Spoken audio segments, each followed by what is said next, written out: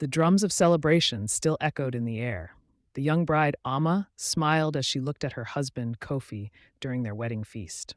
Everyone in the village clapped, danced, and sang praises, because Amma had always believed that marriage was sacred, a union to endure both joy and hardship. But as she gazed into her husband's eyes that night, something felt different.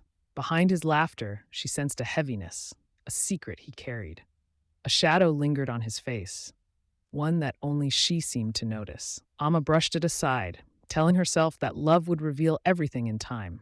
But she had no idea that what Kofi was hiding would one day shatter not only her heart, but the silence of the entire village. Amma's new life as a wife began with joy. Each morning she woke before the rooster's crow, preparing food for Kofi before he went to the fields. She swept the compound, fetched water from the stream, and did everything a dutiful wife was expected to do. The villagers praised her. Amma is a true wife, the elders said. She will bring honor to her husband's home. But though Kofi smiled in public, Amma noticed his long absences. Some evenings he would return late, his clothes dusty, his eyes tired, his words short. When she asked, "Kofi, where do you go?" he would laugh it off. "A man has his duties, Amma. Don't trouble yourself."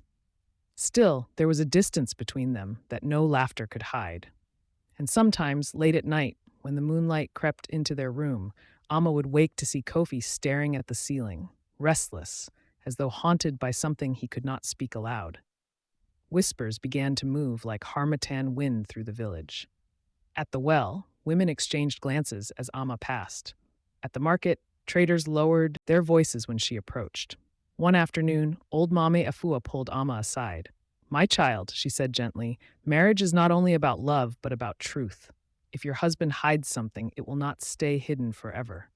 The drumbeats you bury will still sound in the earth." Amma's heart sank. That night, she tried again. "Kofi," she said, her voice trembling, "if there is something weighing on you, share it with me. We vowed for better or worse." Kofi only sighed. "Amma, not everything is for your ears. Sleep, my wife." But Amma could not sleep. Outside, she heard footsteps in the dark. She peered through the window and saw Kofi walking alone toward the forest path, carrying something wrapped in cloth. Amma's heart pounded as she pulled a shawl over her shoulders and followed at a distance, careful not to make a sound. The moon was high, casting silver light over the narrow footpath. Kofi walked quickly, his shoulders hunched, clutching the bundle tightly against his chest. Amma hid behind a tree, watching as he entered a small clearing where the old shrine of the ancestors stood, a place most villagers feared at night. There, he knelt and unwrapped the cloth. Amma gasped softly. Inside lay bones, human bones, bleached by time, tied together with strips of red cloth. Kofi began to chant in a language Amma had never heard, his voice low but heavy with power. The wind suddenly shifted, rustling the leaves as though the forest itself was listening. Amma's skin prickled, and fear spread through her like wildfire. She wanted to call out his name, but her voice caught in her throat. Was her husband a man burdened by secrets, or something far darker? Amma crouched lower behind the tree, her breath shallow. The air grew colder, unnaturally so, as if the night itself recoiled from Kofi's chant. The bones in his hands seemed to shimmer faintly under the moonlight. Suddenly, Kofi's voice cracked with raw emotion. "Forgive me, ancestors. I did not mean for it to end this way." Amma's eyes widened. Forgive him for what? She clutched her chest, torn between running back home and staying to hear more. Kofi bowed his head lower, his shoulders trembling. Then he whispered words that froze Amma's blood. "I could not save her, the woman before Amma. I buried her secret here, but her spirit will not rest." Amma's knees went weak. Another woman? A wife before her? Why had she never heard of this? And why did her spirit still linger restless? The wind howled through the trees like a mourning cry. At that moment, Amma realized her husband's past wasn't just a hidden story. It was a curse that could destroy them all. Amma's hands shook as she pressed them against the rough bark of the tree. Her mind raced. Another woman. Before me? The earth near Kofi stirred, as if something beneath the soil answered his broken confession. A faint mist rose, curling like fingers from a grave.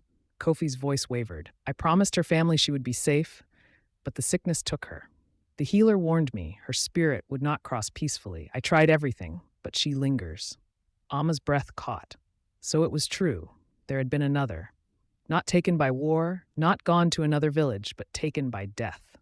And instead of honoring her memory openly, Kofi had buried her story in silence, letting the whispers of spirits guard the truth.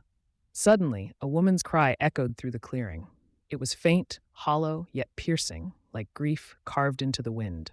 Amma clamped her hand over her mouth to keep from screaming. The mist thickened, and, within it, she saw the faint outline of a figure.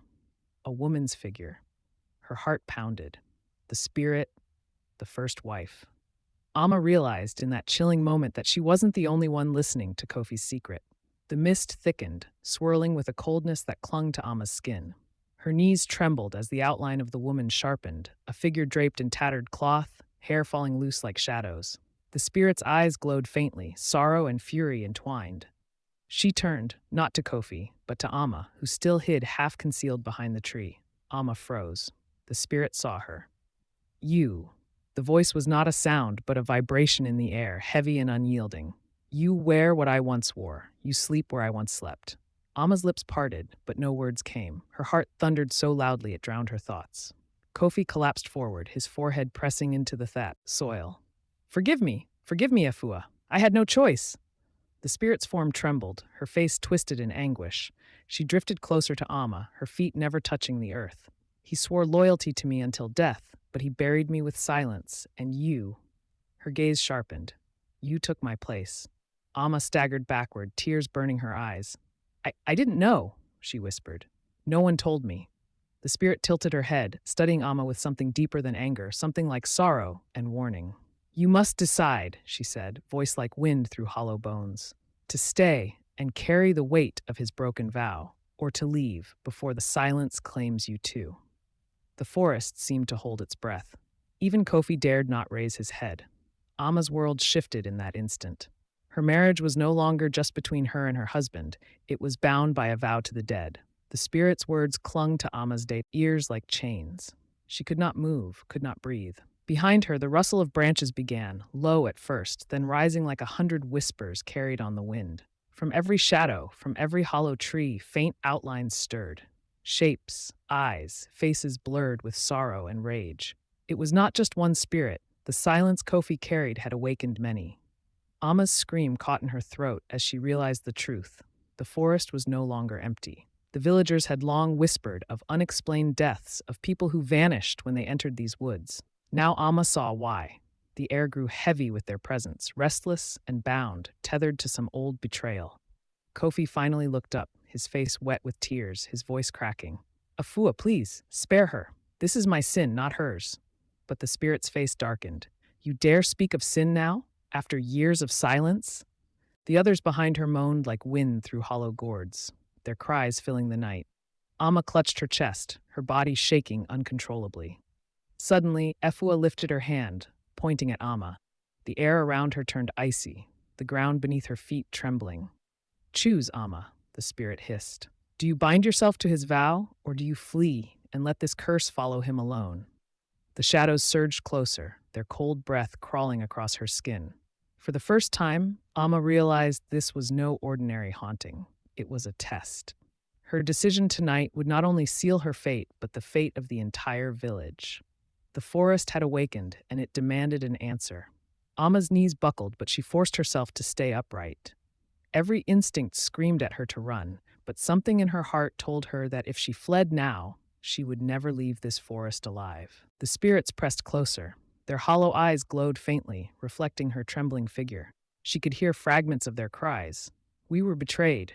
We were silenced. We were forgotten. Amma turned to Kofi, her voice breaking. What did you do? What did you hide from us all this time?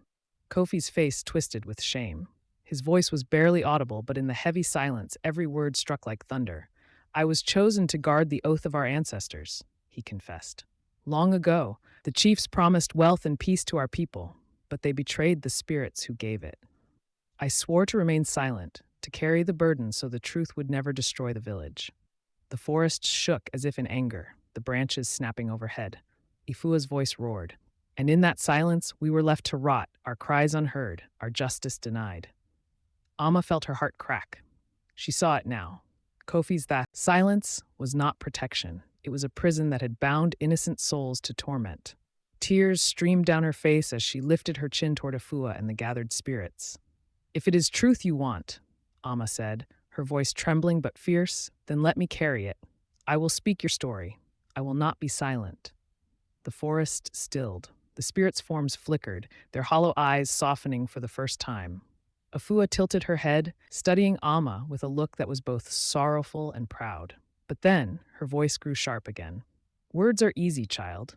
But will you defy your husband, your people, your village, when they beg you to remain silent? Will you stand when the world turns against you?"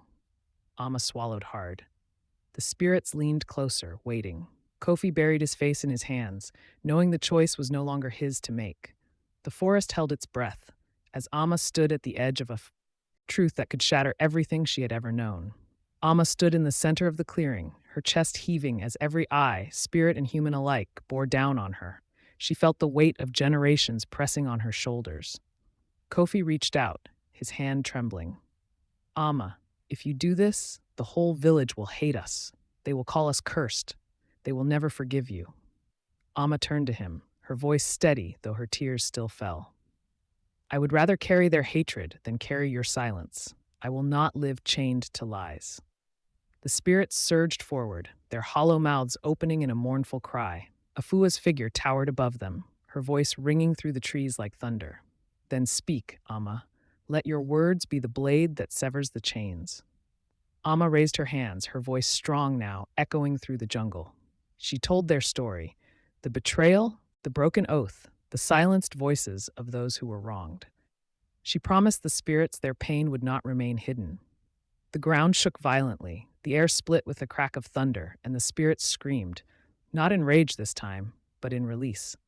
One by one, their forms dissolved into streams of light, rising into the night sky. Afua's face lingered the longest, her hollow eyes softening into something almost human.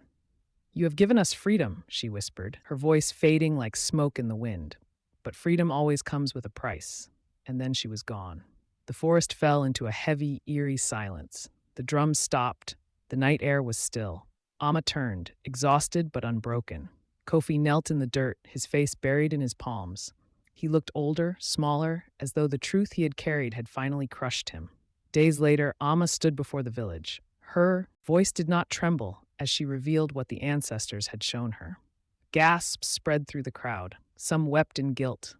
Others shouted in denial. But no one could ignore her words.